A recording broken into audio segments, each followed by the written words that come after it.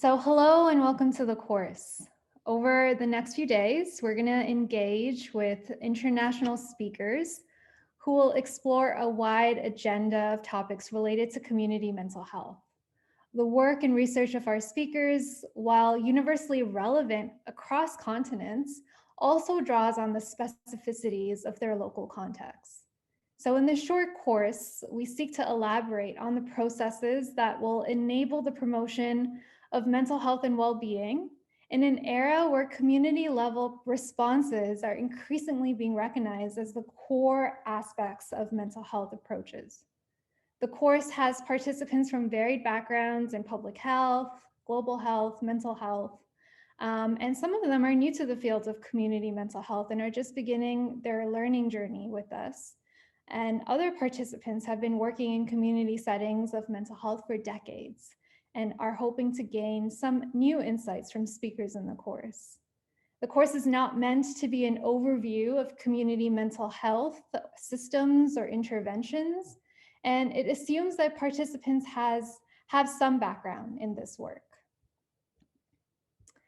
So I think this course is especially timely because we have just passed the 1-year mark since the beginning of the COVID-19 pandemic.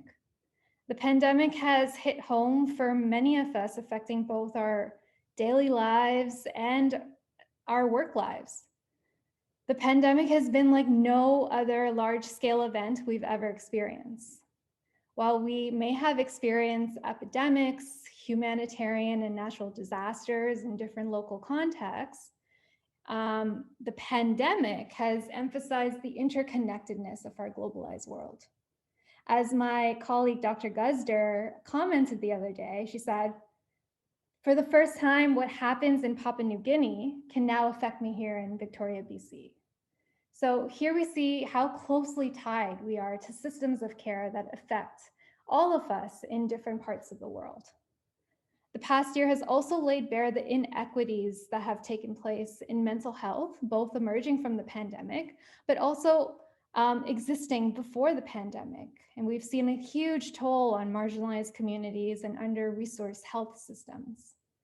It's also underlined the importance of collecting data on minority and vulnerable populations who at this time are at increased risk, and we need to understand their needs and care for them.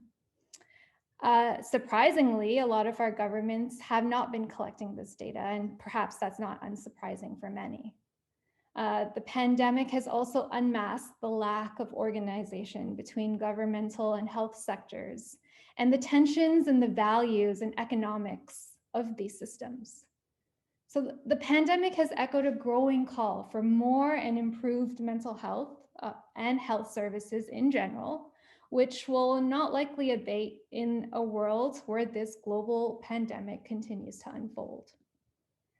In addition, in the past year, recent socio-political movements in our world, like the Black Lives Matter in the US, and the rising women's movements against violence in Latin America and India, as well as the migration crisis across the Mediterranean and Mexico, and the encroachment of ever-growing populist governments have exposed the very deep cracks and injustices of racism, sexism, and xenophobia. It's shown us how the social, cultural, and political contexts are intimately tied to mental health and our well-being. The past year has also made us more aware of the limitations of having a very narrow focus on mental health, as primarily located within the individual as a medical or psychological issue. As the former director of the Department of Mental Health at the WHO, Dr. Shekhar Saxena has said, when it comes to mental health, all countries are developing countries. So our current moment has forced us to take a look not only at ourselves, at the systems we live in and in the ways in which we practice in our work. It's forcing us to shift our understanding of mental health beyond just individual health needs and include the social, the political, the structural, and historical aspects of mental health and recognize how all of these systems are interconnected with each other.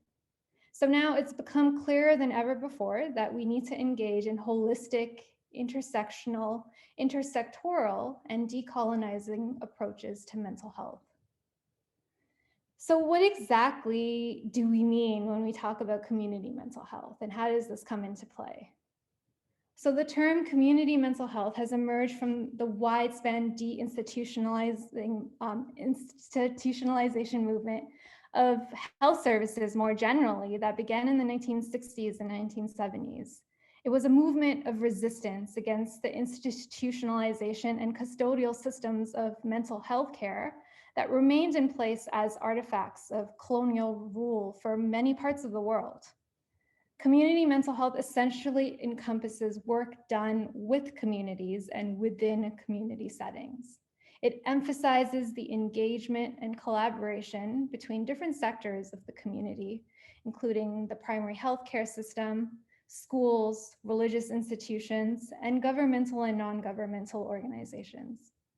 What's most striking is that in recent years, interest in communities delivering programs within communities, it has been driven largely by the emerging movement in global mental health. This emerged about 10 years ago, and it has emphasized a large gap in the treatment and services of mental health care, specifically in low and middle income countries, as well as other undersourced areas. So what exactly is this treatment gap? Well, the movement of global mental health began with the articulation of the treatment gap. And this is a term that was used to refer to the percentage of individuals who require treatment in a country or in a defined community, but do not receive it. Either this could be due to non-availability of services, to stigma, or poor access. Along with the treatment gap, the disease burden metric, the DALY, as you see at the bottom of the slide, has been used and has played a central role in raising awareness of mental health issues. It was able to quantify the burden of disease and disability of mental disorders and compare it to other health conditions. So in its most simplified message or form, the DALYs, along with the treatment gap, elaborated approximately that a large percentage of the world, 1 in 4 people, will be affected by a mental health disorder in their lifetime, and that most people in the world who have mental illness will not receive treatment. So in articulating the treatment gap, particular attention has been paid to countries grouped under the label of the Global South. Individuals in poor and under-resourced communities have been said to bear the greatest burden of mental health disorders. The reason is attributed not just to mental health in itself, but also to the presence of other several social and structural stressors that take place in these communities that compromise people's well-being. So under-resourced communities experience complex social realities of extreme material deprivation and psychosocial struggles. And in doing so, health systems within such communities are also weakened and compromised. So, although the treatment gap placed mental health on the map amongst other global health issues, public health expenditures towards mental health services remain underfunded. Overall, mental health spending is very low in countries at every income level. It accounts for a small fraction of their GDP and health spending, as you can see in the graph on the right. A decade ago, it was also reported that nearly 70% of low and middle income countries, namely in Africa and Southeast Asia, contributed less than 1% of their health expenditure to mental health. Within this spending, there has been further invisibility of certain population groups, including children and individuals with disabilities and comorbidities. So it can be assumed that while these figures are a decade old by now, there hasn't been significant public health expenditure increases in mental health globally. The lack of this public health expenditure in mental health is directly also related to the lack of mental health policies and legislations in place, with 20 to 30% of low and middle income countries not having mental health policies. This has resulted in severely underfunded mental health service systems, with the WHO Mental Health Atlas reporting that there is only one psychiatrist or mental health professional per 200,000 people for more than about half of the world's population. So given the limited public expenditure by governments on mental health, particularly in low and middle income countries, the international community and developmental partners have come together, and this compromises bilateral and multilateral donor agencies, international and local NGOs, foundations, and pharmaceutical companies, and they've played a critical role in increasing mental health services in communities. Yet we can see, though, by the graph that I'm showing you, that over a 20-year span, development assistance, so this is how they're grouped under this term of development assistance funding for mental health remains low compared to other global health diseases. In fact, development assistance dedicated to mental health between 2006 and 2016 accounted for just 0.3% of all development assistance for other health problems. So this graph further delineates the issues of funding and expenditure in mental health. In this graph, we see sources of funding for development assistance for mental health coming from a variety of channels, including NGOs, foundations, mainly encompassing private philanthropy, national and international agencies, and key governmental agencies that are mainly located in high-income countries. So we can see from the graph that private philanthropy has been the most significant source of funding, accounting for 1/3 of development assistance in mental health. Most of the remaining development assistance for mental health has been contributed by governments in high-income countries through bilateral aid agencies working in low and middle-income countries. So this gives us insight on the complex field of funding and care in mental health and how it's shifted from governmental systems of mental health expenditure to these new players that have come in to provide services in many different countries.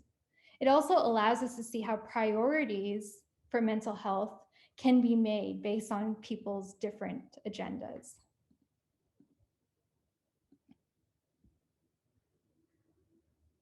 So the funding landscape allows us to see the complex networks that are involved in the provision of mental health care and funding, which has shifted from being primarily situated in a country's own governance to now include actors coming together from different sectors and different countries.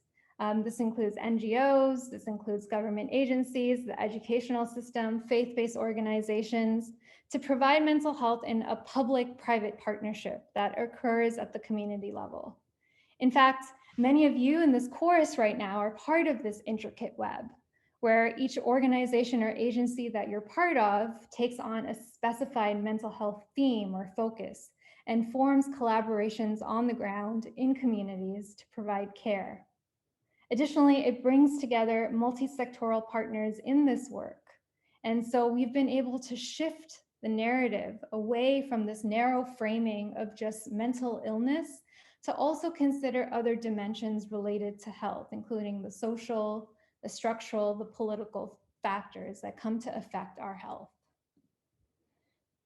In doing so, what we hope to get out of this course is that we hope to take an eco-social approach to understanding community mental health that considers the powerful effects of issues related to structural violence and social inequalities that have an impact on our health and well-being. And in the next part of this lecture, my colleague, Dr. Guzder, will go more into depth on these issues. So an eco-social framing moves away from this narrow focus on mental health as it's situated within the person or around the formation of disease categories.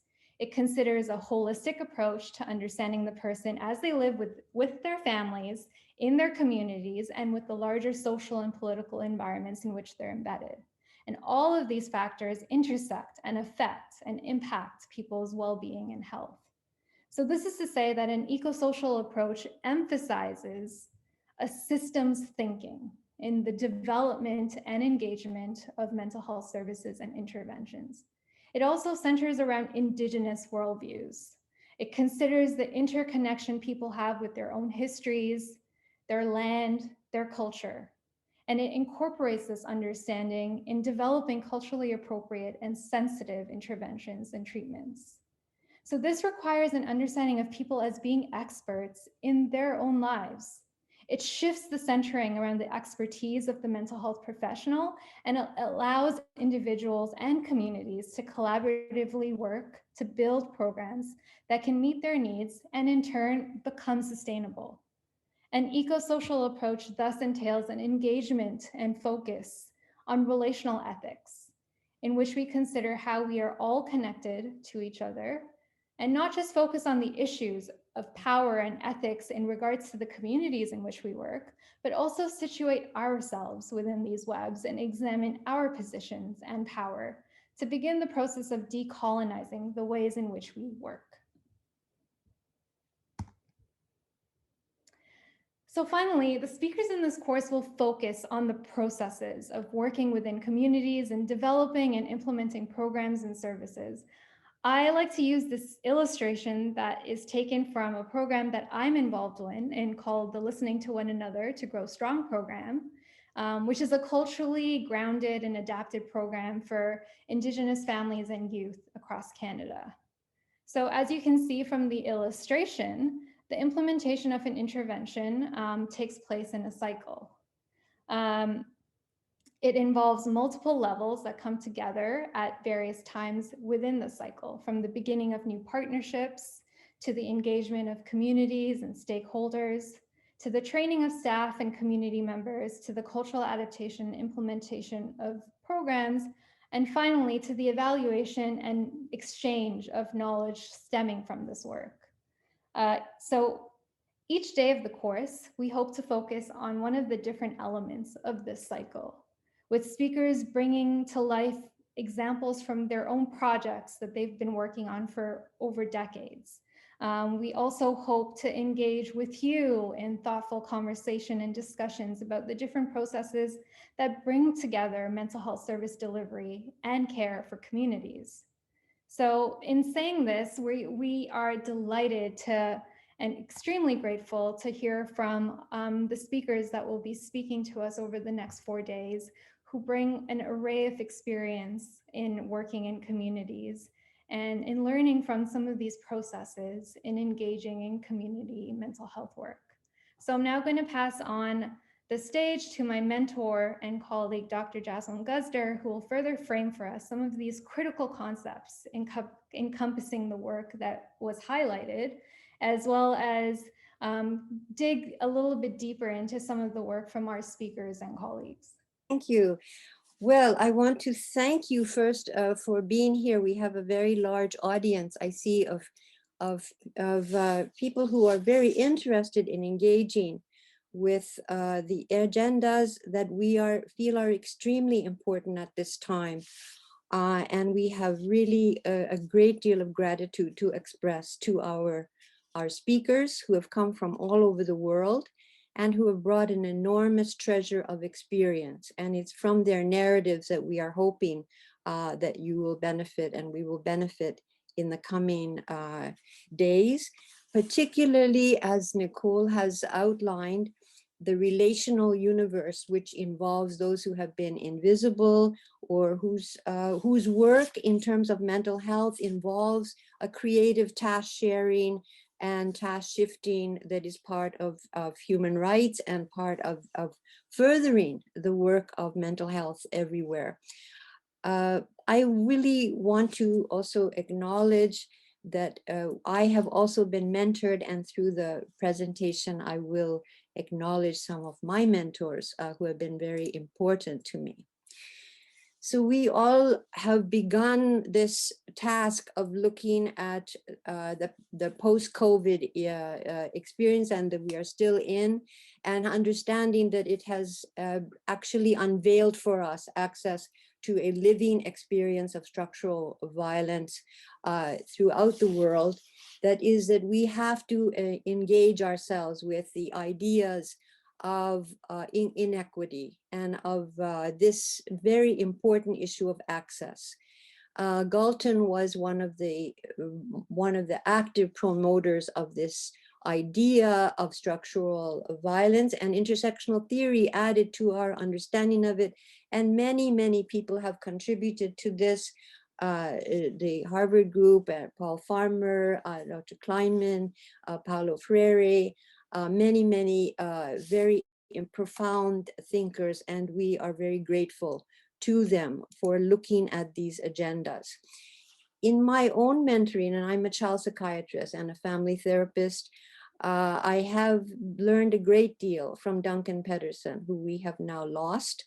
And in the first Teesdale Corti grant, we went with Suman Fernando to Sri Lanka and with Dr. Kermeyer, and also to Nepal later, that these were very important times for me of learning. And Duncan always framed everything as an anthropologist as well as a primary care physician. He was always ready to go on the ground. This is a photo of him in Peru after the earthquake.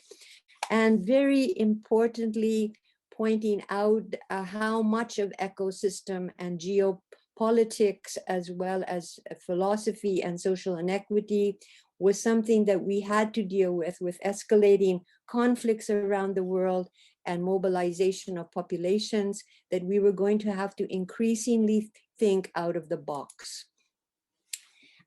Sen has also, and I'm presenting different ideas because actually we have to always remain very interdisciplinary in mental health.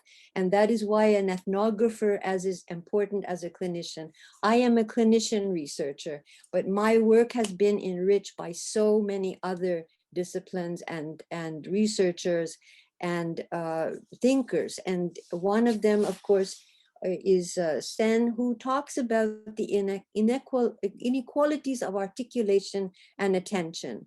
So that actually delivering services, and that's why we included the narratives of the people that are going to join us, has to take into account who is visible and who is invisible, and how we understand engagement with the creativity of communities and how they serve us in being able to be co-constructing the care that they are giving in a reciprocity with those who are serving them. We are particularly involved in Canada with, and this is true throughout the world, Indigenous people have been very important to show us also that whatever has come in the post-slavery time and in the genocides of the world, that these critical important communities have been endangered for a long time. And we have now to pay attention to how working with these communities to preserve their heritage is part of mental health work.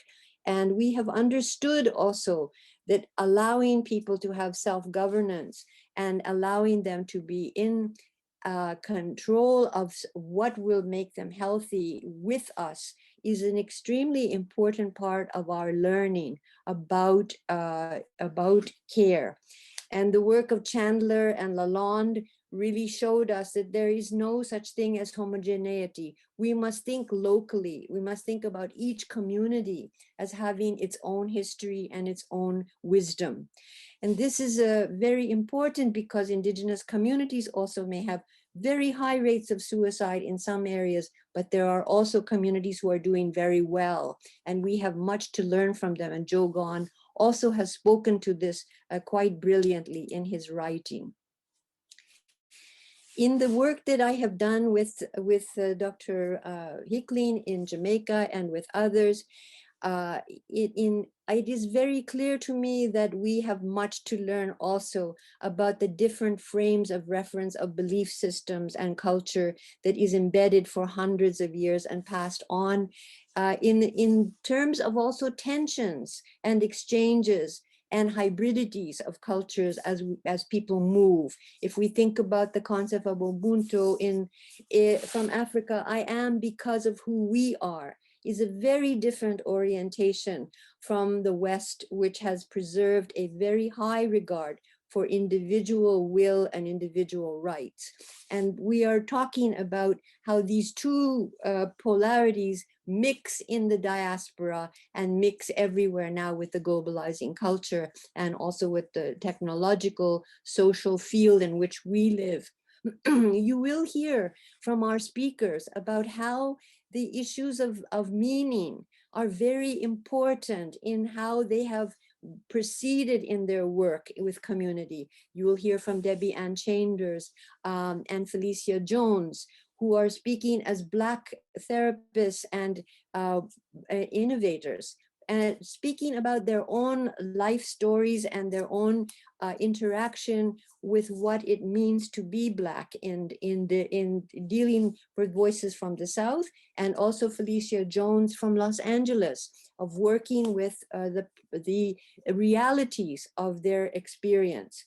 We will speak also about spiritual beliefs in families and in collectives, and how this has also contributed a great deal to healing. If we think about, I can remember the experience during the Sri Lankan war, where in Vani, the refugees came, and there were many Tamil psychiatrists there, and in the refugee camp, the latrines were still being built and so on.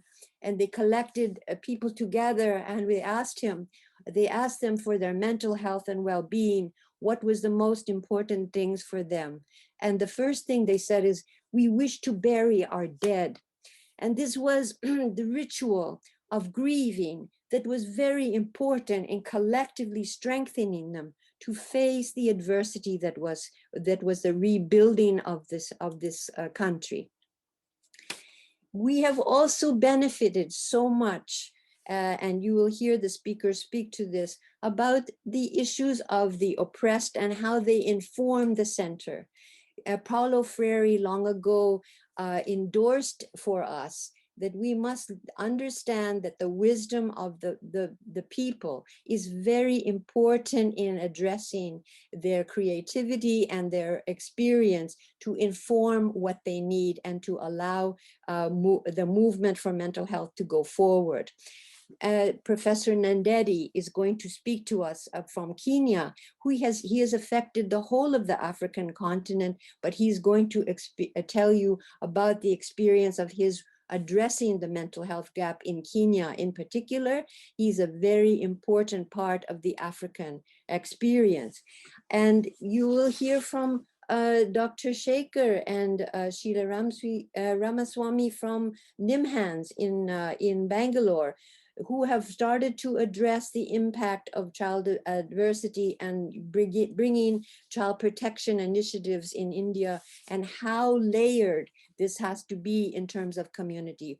Indigenous health in Canada, in gathering our medicines, and in Guatemala with Dr. Chomet, and with the Listening to One Another project, are going to be examples of how indigenous health for people all over the world has fundamentally also lessons for us.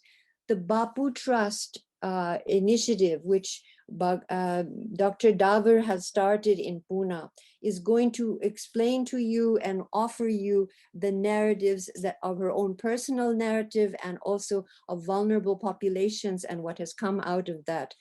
The work in Pakistan with looking at the death of children and the high suicide rates of mothers and young women, and focused on postpartum depression and innovation in villages and using task shifting, is something that Sangath and many groups have continued to build on. And these are very important lessons which Dr. Sikandar will share with us today. And this is a photograph of Dixon Chayabanda's women elders who were trained to use the friendship bench in his wonderful initiative of training these ladies with their wisdom to offer supportive therapy in villages. And one of the things that Dixon has said is that he did not realize until much later how the wisdom of elders, which we are losing, is extremely important and valued, and that as a young researcher, he did not realize how much came from these elders. And we saw the same thing after the HIV terrible issues in South Africa, that the grandmothers and how people support each other. And Dr. Shomet will talk about this also in Guatemala, who she originally started out looking at stunting, and she is going to share with us, with the voices of her Guatemalan colleagues, the importance of thinking of community when we address a problem and find it. In 2007, India did a massive child abuse report and acknowledged that, in fact, they had denied for so long the extensive impact of neglect and deprivation on and abuse of children. And they began to address this, first in addressing denial, but this is the point of researchers. Researchers give us information and knowledge, and then the community can interact and build something from this. So we still have high rates of mortality and infant stunting in the world. We still have to look at what task shifting is about and how we work with this. And we have many wonderful examples: the work of Umi, the work of Sangat, the work of Tara in Madras, the Nimhan projects with the judiciary, the Savad project, and they will tell you about these stories of how these initiatives have been brought forward. And all of these share the human rights agenda and the issues of asking ourselves how we organize services, and are these services really meeting the needs of our patients. What we have understood is that, as Nicole pointed out, 1% of the budget that is given for mental health in many low and income countries, very little of that goes to children. Almost all of it goes to mental disorders of adults. And so we have to conclude the thoughts about the disabled and of the adversities. And this is a very important part of the challenge. I want to thank one of my mentors who we have also lost, just as Duncan is deceased, also Fred has left us. Fred Hickling was very important to mentoring me and taught me a great deal when Duncan and I went to Jamaica, and he engaged us in the issues and taught me so much about the post-slavery trauma and how it had continued, Jamaica being one of the few plunder colonies with hundreds of years of slavery and its impact. And he really deinstitutionalized Jamaica through theater and through art and through many works with community health. And now posthumously, his book on decolonization of psychiatry in Jamaica will come out later this year. And this, when I first met Fred, was the reason for his engaging me as a child psychiatrist. He said, we are losing a generation to violence. And this violence is rooted in a history. And every time I would come and have long talks with him, where he would educate me about this history, about the issue of how much tragedy there was because they were losing their children before they even were able to get to high school. And this was an example of what Fred would call the timeline and the perspective from the plunder colony of the impact and the reframing of what it felt like to be a victim of these human rights agendas of colonization. So the denial that decolonization of psychiatry is irrelevant is a very important issue for us, because Fred would say, well, that's part of the delusion, is not understanding the impact of history and not understanding ancestral lineage and transmission. I have also learned so much from each of the people whose countries I have visited, and I am showing this slide of Daya Somasundaram's book, Scarred Communities, because we are still dealing with many conflict zones in our modern world. And Hopfeld has told us, yes, there is a difference between distress and disorders. And while many populations may be distressed when there is massive trauma, most of those people will find a way to cope through their lineages and through connection and through after they are provided with safety, and they will reconstruct. And this is a very important lessons I learned in Sri Lanka, that outsiders can come with solutions which are not informed by the people of the place and can do tremendous harm as well. So again, as a physician, we always think, let us at least do no harm. Let us think about pathways which in fact engage communities in healing, in using their own creative potential. And I remember stories of, for example, of the fishermen whose building homes had been destroyed, and an NGO came from Europe and built them cement houses in a way that was completely incoherent from the way that these fishermen lived. And the alcoholism rose amongst them. And one of the counterpoints of this was the women getting together in these communities and going outside of the houses of these men who were now abusing their families, and activating a community response of sharam to actually activate wellness in their own communities. I'm going to close on a kind of a comment about my hopefulness of global mental health. And this whole conference is based on trying to share narratives of hope. One of the places that I have visited for many years is Nepal. And when I first used to go to Nepal, there were no child services, and there were NGOs that had started this work. But since Dr. Kanwar has come to Nepal only 5 or 6 years ago, I have seen a complete investment of Nepal with the new government in initiatives to provide services. There finally is a youth protection law. There are initiatives all around the country to address the aftermath of this scarring. And I have seen that now Norway has with the help of Dr. Tapur and Cecile Jabo and other people, has invested in making an actual center for child mental health, which will open very soon in Nepal. That it has come through allyship. It has come through engagement. Dr. Shekhar Sheshadri in Nimhans is training the Nepalese to provide now the very few child psychiatrists in the country. Now, this is for me a very hopeful issue of exchange and allyship, which is part of global mental health thinking, that we are capable of sharing and co-constructing. And we hope that over the next few days, you will enjoy listening to the treasures of the narratives that will be shared with you. Thank you very much, and I hope that you will really benefit from this telling of stories. Thank you.